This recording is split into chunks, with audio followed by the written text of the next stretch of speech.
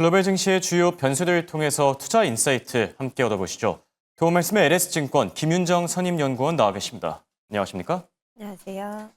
자, 오늘은 또 어떤 이슈들 준비해 주셨을까요? 일단은 뭐 계속 반복적으로 이야기를 하게 되는 것 같은데 트럼프 대통령의 관세 이슈가 계속해서 좀 변수로서 작용을 하고 있어서 그 그렇죠. 부분에 대해서 업데이트를 드릴 예정이고요. 그리고 그 다음에 아무래도 이제 미국의 경제적인 영향이나 이런 부분들에 대해서 뭐 우려의 말씀을 여러 차례 들어왔었는데 그럼에도 불구하고 계속 좀 견조한 예. 모습들의 어떤 실물 지표나 이런 부분들이 나타나면서 금리가 다시금 좀 상방을 향하고 있는 모습들에 대해서 좀 언급을 드리고 그와 관련해서 이제 이번 주에 좀 대규모 국채 경매가 있는데 그렇죠. 그와 관련해서 좀 살펴볼 만한 부분들 같이 좀 언급을 해드리려고 합니다. 네. 자, 그럼 관세에 대한 얘기부터 해야 될 것 같은데 네. 얘기해 주신 것처럼 계속 반복되고는 있지만 네. 매일같이 새로운 얘기들을 쏟아내고 그러니까요. 있거든요. 어제만 하더라도 뭐 이게 연장이 될 수 있다라고 했다가 또 오늘은 네. 뭐 못을 박으면서 아니다, 네. 뭐 그런 적 없다, 뭐 앞으로 그렇죠. 아닐 것이다라고 밝혔는데 이 앞으로의 쟁점은 어디에 있겠습니까? 일단은 뭐 한국이랑 미국이랑만 놓고 봤을 때 예. 특히나 이제 한국 같은 경우는 뭐 무역 측면에서 미국의 이제 뭐 자동차라든지 철강이라든지 이런 품목 관세에 노출이 많이 되어 있는 부분이다 보니까 그 부분을 낮출 수 있느냐 여부가 가장 좀 중요하게 작용을 하지 않겠는가라고 말씀을 드릴 수가 있겠습니다. 뭐 소식에 대해서 조금 업데이트를 해드리자면 일단 지난 7일에 트럼프 대통령이 이제 한국이나 일본 등에다가 이제 25% 상호관세 부과 서한을 좀 보낸 상태이고요. 그리고 뭐 중국이나 인도, 러시아 이런 국가들에 대해서도 10%의 추가 관세 부과를 하겠다라고 시사를 하면서 불확실성이 재차 좀 부각이 된 상태입니다. 물론 이제 7월 9일로 못 박아져 있었던 그 관세의 협상 유예 연장 시한에 대해서는 일단은 관세 부과 기한 자체를 8월 1일로 그렇죠. 못 박아 놓았기 때문에 기존에 뭐 이제 7월 9일 당장 내일이었는데 그것 대비했을 때는 한 3주가량이 좀 늘어난 효과다라고 볼 수는 있겠는데요. 그럼에도 불구하고 계속 좀 한국이랑 좀 협상이 이어지지 못하고 또 예상외로 일본에게도 좀 강경한 태도로 나서고 있는 모습들이 시장 참여자들의 좀 불안감을 증폭하는 모습들이 아니겠는가라고 말씀드렸습니다.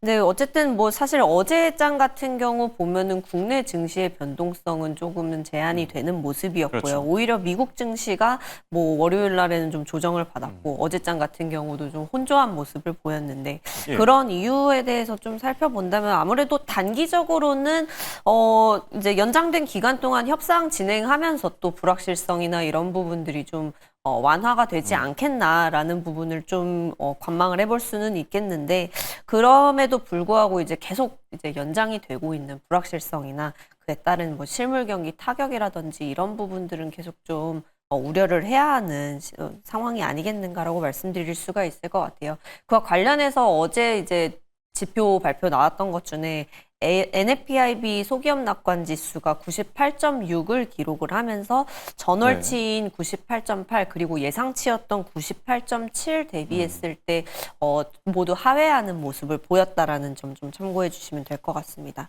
한미 간 협상에서 좀 쟁점으로 작용할 만한 부분은 결국에는 이제 품목관세 철폐 아까 말씀드렸던 부분 그리고 미국 쪽이 요구하고 있는 뭐 비관세 장벽 개선 요 두 가지의 요소 간에서의 어느 지점에서 균형점을 찾는지 합의점을 찾는지가 중요하게 여겨지지 않겠는가라고 말씀드릴 수가 있겠고요. 아까 말씀드렸듯이 한국 같은 경우는 자동차나 철강 이런 품목관세를 최소한 완화하거나 뭐 철폐할 수 있는 그런 안에 대해서 이제 고려를 하고 있고 미국 같은 경우는 우리나라 측에다가 이제 농축산물 시장 개방이라든지 뭐 구글에다가 정밀 지도를 제공하는 것에 동의를 하라든지 이런 쪽에 어떻게 보면 우리나라 산업 입장에서는 상당히 좀 민감할 수 있는 부분들을 요구를 하고 있기 때문에 뭐 내부적으로도 합의가 필요한 영역이고 그렇다 보니까 이 부분에 있어서 좀 노력이 필요하지 않겠는가. 앞서 베트남과의 협상 사례를 찾아봤을 때 이제 미국 측의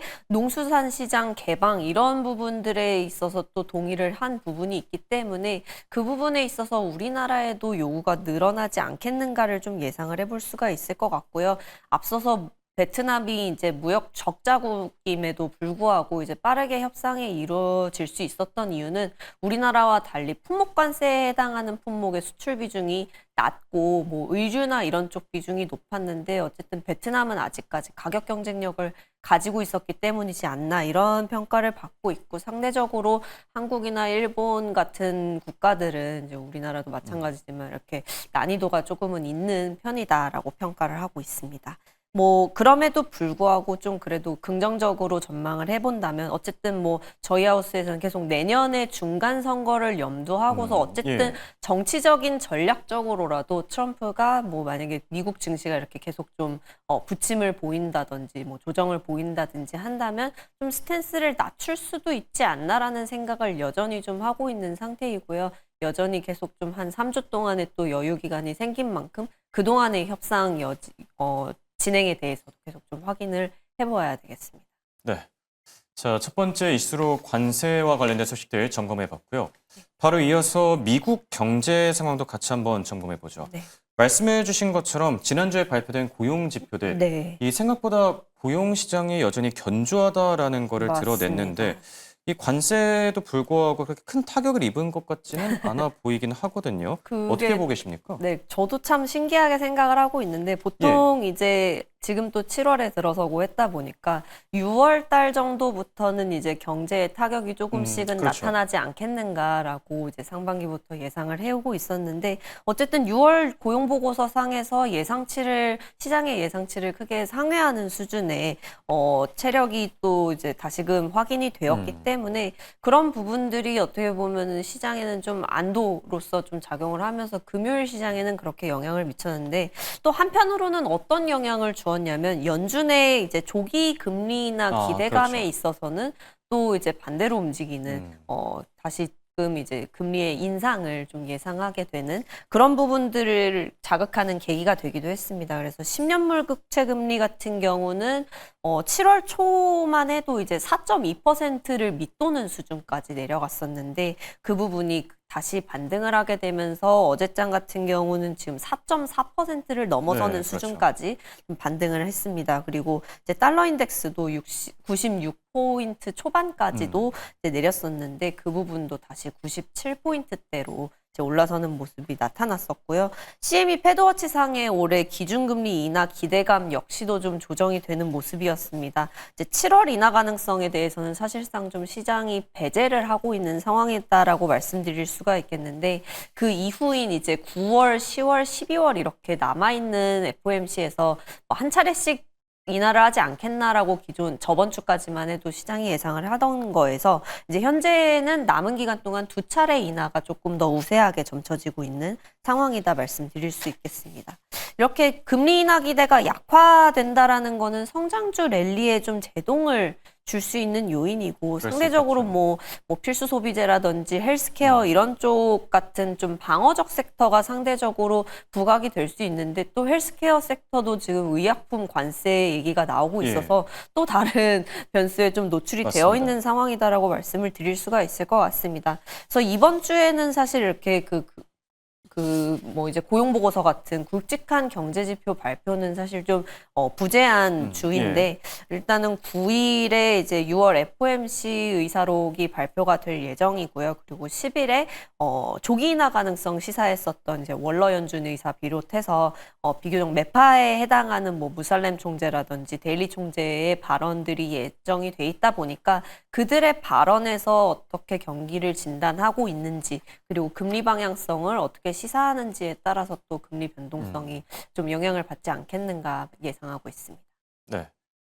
자, 그리고 이번 주에는 유독 이 국채 경매가 많이 예정돼 있거든요. 오늘만 하더라도 3년물 국채 입찰이 있었는데 생각보다 수요가 좀 부진하게 나온 것 같고 10년물은 내일에 있고 또 그 다음 날에 30년물까지 있는데 장기 국채 금리는 어떤 변수로 또 작용할까요?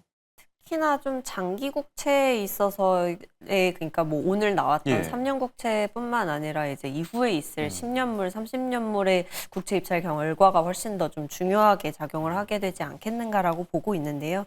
말씀드렸듯이 이제 3일 동안 재무부에서 이제 총 1,190억 규모 정도의 국채 입찰이 좀 예정이 되어 있는 상태입니다. 상당히 좀 대규모에 해당하는 부분이고 아무래도 그 원인으로서 작용하는 부분은 트럼프 행정부가 뭐 관세 정책이라든지 그리고 앞서 통과가 됐던 이제 감세안과 관련해서 이제 재정 부담이 좀 늘어나는 상황이다 보니까 그에 따라서 이제 국채 발행 규모 역시 좀 늘어나는 결과로서 이어지고 있는 것이 아니겠는가 해석을 해볼 수가 있을 것 같습니다.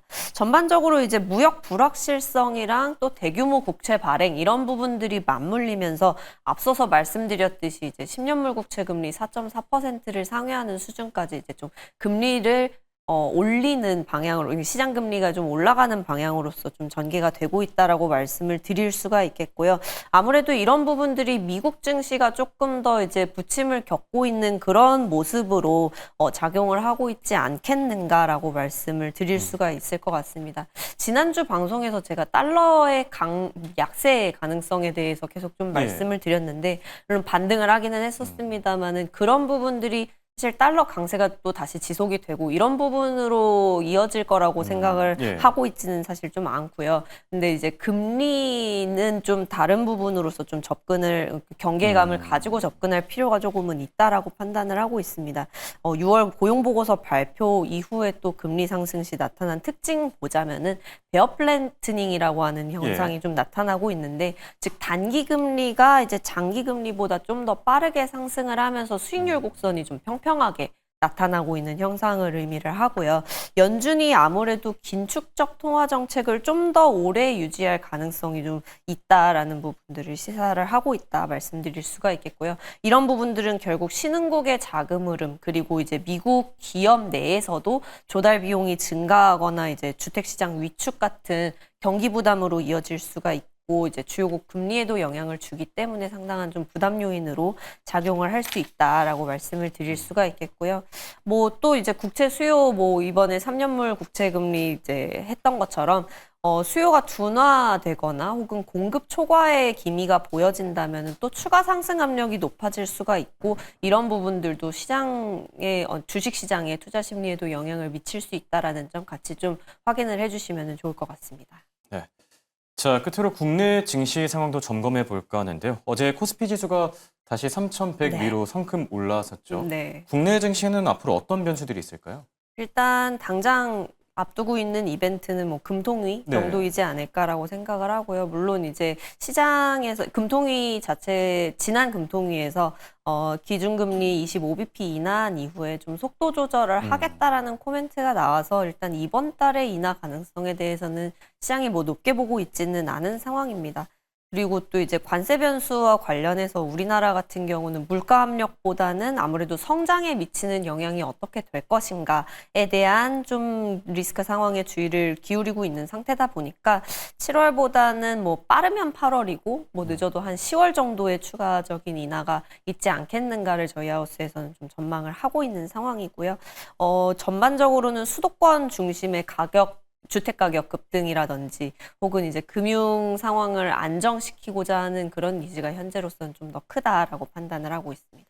그리고 두 번째로 좀 확인해 볼 만한 부분은 다음 주에 예정되어 있는데 유렉스 시장에 이제 MSCI 코리아 선물이 상장을 하고요.